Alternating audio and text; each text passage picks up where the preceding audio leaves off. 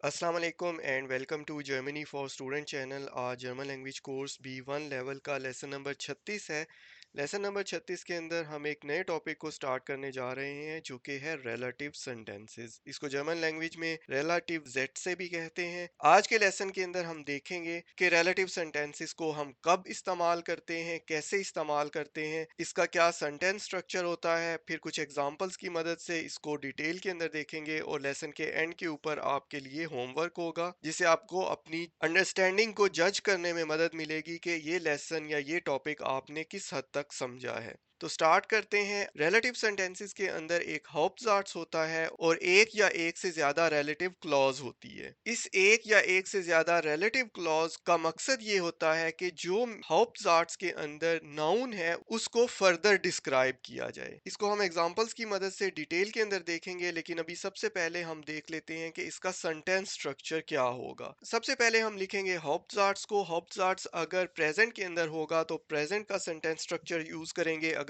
Past या perfect के अंदर होगा तो फिर हम उसके अंदर पास्ट या परफेक्ट का सेंटेंस स्ट्रक्चर यूज करेंगे जो हम अभी तक पढ़ते आए हैं। उसके बाद हम कॉमा दे के रिलेटिव क्लॉज को स्टार्ट करेंगे और रिलेटिव क्लॉज हमेशा डेयर, डी या दस के साथ स्टार्ट होगी। डेयर, डी और दस का इस्तेमाल इस चीज के ऊपर डिपेंड करेगा कि हाउप्टजार्ट्स के अंदर जो हमारे पास नाउन है जिसको हम रिलेटिव क्लॉज के अंदर डिटेल के अंदर डिस्क्राइब करने जा रहे हैं वो मास्कुलिन है, फेमिनिन है या नोइटर है। तो अगर हाउप्टजार्ट्स के अंदर जो नाउन है वो मास्कुलिन है तो रिलेटिव क्लॉज डेयर के साथ स्टार्ट होगी। अगर हाउप्टजार्ट्स के अंदर नाउन फेमिनिन है तो रिलेटिव क्लॉज डी के साथ स्टार्ट होगी। और अगर हाउप्टजार्ट्स के अंदर नाउन नोइटर है तो फिर रिलेटिव क्लॉज दस के साथ स्टार्ट होगी। उसके फौरन बाद जार्ट्सग्लीड या जार्ट्सग्लीडर आएंगे। एक भी हो सकता है, दो भी हो सकते हैं और ऐसा भी हो सकता है कि इसके बाद कोई जार्ट्सग्लीड ना हो। और रिलेटिव क्लॉज के अंदर जो वर्ब है वो सेंटेंस की आखिरी पोजीशन के ऊपर आएगा। अब हम कुछ एग्जांपल्स देखते हैं और उसकी मदद से समझने की कोशिश करते हैं कि किस तरह से हमने रिलेटिव सेंटेंसेस को बनाना है। मेरे पास दो सेंटेंसेस हैं। 10 ऑटो स्टेट फोर डेम गेबोइडे, गाड़ी इमारत के सामने खड़ी है। 10 ऑटो कॉस्टेड फील गेल्ड, गाड़ी की बहुत ज्यादा कीमत है। अब हम दोनों जुमलों के अंदर सेम नाउन को डिस्क्राइब कर रहे हैं, उसके साथ डिफरेंट एट्रीब्यूट्स ऐड कर रहे हैं। तो बजाय इसके कि हम दो दफा 10 ऑटो कहें, क्योंकि दोनों चीजें ऑटो के साथ लिंक्ड हैं, इसलिए हम क्या करेंगे कि हम हाउप्टजार्ट्स के अंदर 10 ऑटो के साथ जुमला स्टार्ट करेंगे। उसके बाद हम रिलेटिव सेंटेंस की फॉर्म के अंदर जो उसके फर्दर एट्रीब्यूट्स हैं उनको ऐड करेंगे। फॉर एग्जांपल 10 ऑटो 10 फील गेल्ड कॉस्टेड स्टेट फोर डेम गेबोइडे, वो गाड़ी जिसकी बहुत ज्यादा कीमत है इमारत के सामने खड़ी है। अब हमारे पास नाउन क्या है? 10 ऑटो, और उसके बाद हमने कॉमा दे के रिलेटिव क्लॉज को स्टार्ट किया है। क्योंकि नाउन हमारे पास नोइटर है इसलिए रिलेटिव क्लॉज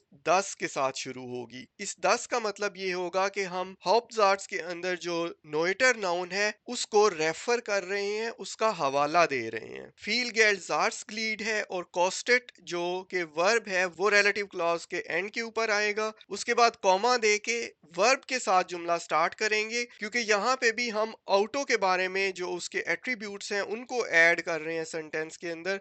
तो स्टेट फोर डेम गेबोइडे। नेक्स्ट एग्जांपल देखते हैं।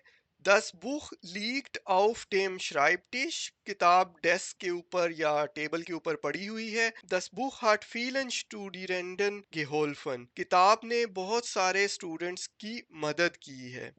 अब यहाँ पे भी हमारे पास नाउन 10 बुक है जो कि दोनों सेंटेंसेस के अंदर इस्तेमाल हो रहा है। तो बजाय इसके कि हम दो दफा 10 बुक कहें, हम रिलेटिव सेंटेंस का इस्तेमाल करते हैं सारी इंफॉर्मेशन को एक जुमले के अंदर पैक करने के लिए। तो कॉमन नाउन क्या है? 10 बुक। इससे हम सेंटेंस का स्टार्ट करेंगे, उसके बाद कॉमा दे के इसी को हम रेफर करेंगे इसके नाउन के हिसाब से। तो 10 बुक का जो आर्टिकल है वो 10 है, इसलिए हम रिलेटिव क्लॉज का जो स्टार्ट है वो भी 10 के साथ करेंगे। फीलन स्टूडिरेंडन, बहुत सारे स्टूडेंट्स को।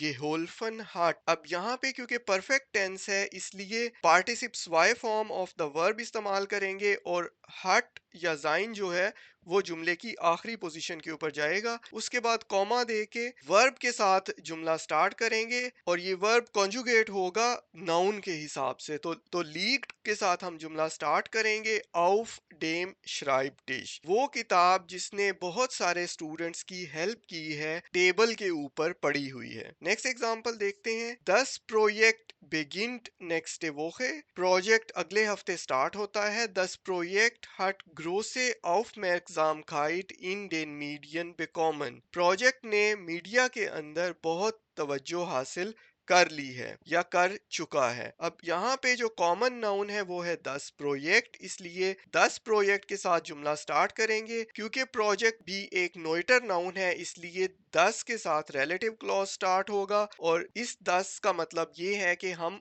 प्रोजेक्ट को रेफर कर रहे हैं। तो 10 प्रोजेक्ट 10 ग्रोसे ऑफ Aufmerksamkeit इन den Medien bekommen hat, beginnt nächste Woche, वो प्रोजेक्ट जो मीडिया के अंदर बहुत ज्यादा तवज्जो हासिल कर चुका है, अगले हफ्ते स्टार्ट हो रहा है। तो इस जुमले के अंदर हमारे पास मल्टीपल लीडर हैं जिनको हमने रिलेटिव सेंटेंस के अंदर इस्तेमाल किया है, ग्रोसे Aufmerksamkeit और इन den Medien। नेक्स्ट एग्जांपल है die Aufgabe erfordert viel Konzentration, task या काम या क्वेश्चन बहुत ज्यादा कंसंट्रेशन रिक्वायर करता है। दी Aufgabe lässt keinen Fehler zu, task या क्वेश्चन या काम किसी गलती की इजाजत नहीं देता।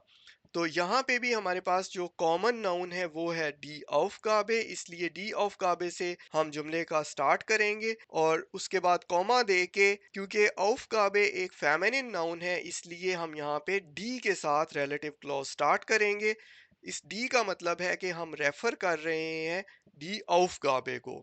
डी ऑफ काबे कॉमा डी खाइने फेलर सूलेस्ट, वो टास्क जो कोई गलती अलाउ नहीं करता, उसके लिए बहुत ज्यादा कंसंट्रेशन की जरूरत होती है। नेक्स्ट एग्जांपल देखते हैं। डी प्रूफुंग फिंडेट मॉर्गन स्टार्ट, एग्जाम या इम्तिहान कल होगा। डी प्रूफुंग हट फील फॉर बेगाइटुंग एरफोर्डर्ड, एग्जाम के लिए बहुत ज्यादा तैयारी की जरूरत है। यहाँ पे भी जो कॉमन नाउन है वो है डी प्रूफुंग, इसलिए डी प्रूफुंग के साथ जुमला स्टार्ट करेंगे, कॉमा दे के रिलेटिव क्लॉज को स्टार्ट करेंगे और उसके लिए वो आर्टिकल यूज करेंगे जिस नाउन को हम रेफर कर रहे हैं। तो हम प्रूफुंग को रेफर कर रहे हैं और प्रूफुंग का आर्टिकल होता है डी, इसलिए रिलेटिव क्लॉज भी डी के साथ स्टार्ट होगा। उसके बाद आएंगे जार्ट्सक्लीडर या जार्ट्सक्लीड, जो कि यहाँ पे है फील फोरबेगाइटुम, बहुत ज्यादा तैयारी, और एरफोर्डर्ट हट, क्योंकि यहाँ पे हमारे पास परफेक्ट टेंस है इसलिए एरफोर्डन की पार्टिसिप्स वाई फॉर्म इस्तेमाल करेंगे, इसको सेकंड लास्ट पोजीशन पे रखेंगे और जुमले की आखिरी पोजीशन के ऊपर जाइन या हाबन वर्ब आएगा। यहाँ पे क्योंकि हाबन वर्ब इस्तेमाल हुआ है इसलिए हट इस्तेमाल होगा। कॉमा देंगे और उसके बाद फिंडेट मॉर्गन स्टार्ट, स्टार्ट फिंडन एक सेपरेबल वर्ब है इसलिए हम इसको सेपरेटली यूज करेंगे। तो वो इम्तिहान जिसके लिए बहुत ज्यादा तैयारी चाहिए कल होगा। अब आते हैं होमवर्क की तरफ। यहाँ पे हमारे पास दो जुमले हैं। Der Lehrer erklärte die Grammatik sehr ausführlich, उस्ताद ने बहुत डिटेल के अंदर ग्रामर को एक्सप्लेन किया। Der Lehrer sprach langsam und deutlich, उस्ताद आहिस्ता और क्लियरली बोलता है। तो यहाँ पे भी हमारे पास कॉमन नाउन जो है उसके साथ जुमला स्टार्ट करेंगे और उसके बाद कॉमा दे के रिलेटिव क्लॉज को स्टार्ट करेंगे। रिलेटिव क्लॉज का स्टार्ट होगा उस आर्टिकल के साथ जिस नाउन को हम रेफर कर रहे हैं। उसके बाद जार्स लीड आएंगे और जुमले की आखिरी पोजीशन के ऊपर वर्ब आएगा। उसके बाद कॉमा दे के नेक्स्ट सेंटेंस का इस्तेमाल करेंगे। दूसरी एग्जांपल है। Das Haus liegt am Rand der Stadt in einer ruhigen Gegend, घर शहर की सरहद या हद के ऊपर एक सुकून वाले इलाके में है। Das Haus bietet viel Platz für Familien, घर के अंदर फैमिलीज के लिए बहुत ज्यादा जगह है। इन दोनों जुमलों से भी आपने रिलेटिव सेंटेंस बनाना है। आई होप कि आपको इस लेसन से रिलेटिव सेंटेंसेस को बनाने की अंडरस्टैंडिंग आई होगी। इसी टॉपिक को हम नेक्स्ट लेसन के अंदर भी कंटिन्यू करेंगे फर्दर वेरिएशंस के साथ। फिर मिलेंगे नेक्स्ट लेसन में। अल्लाह हाफिज।